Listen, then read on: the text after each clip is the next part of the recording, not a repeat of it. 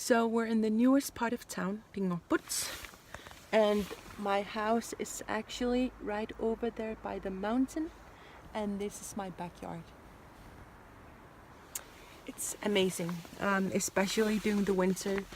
We only have a couple of hours of sun during the winter, but we have the most amazing sunsets.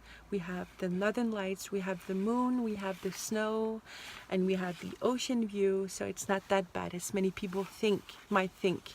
I'm imagining that my character Nuuk lives in one of these buildings, and Nuuk is a very complicated character.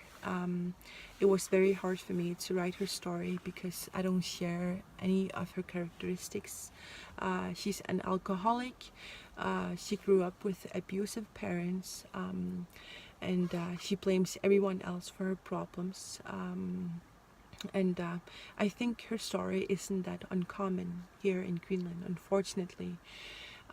These social issues can be led back to our colonization. A lot of bad things have happened the last 100 years, especially in the 1950s and in the 60s, where a lot of families were removed from the small cities and villages to the bigger cities because of industrialization. And abuse, alcoholism, and crime became everyday life for many families, and these patterns have been passed on to the new generations.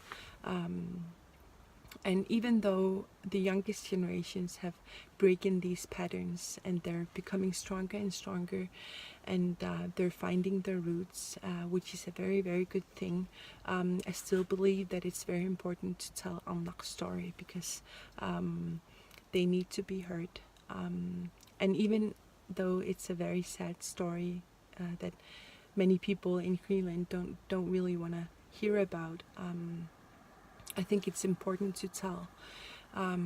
So her life is pretty chaotic, but she's very important in my book. In the next video, I'm gonna talk about Niviaq, who has some whole different problems than Nuuk. See you in a minute.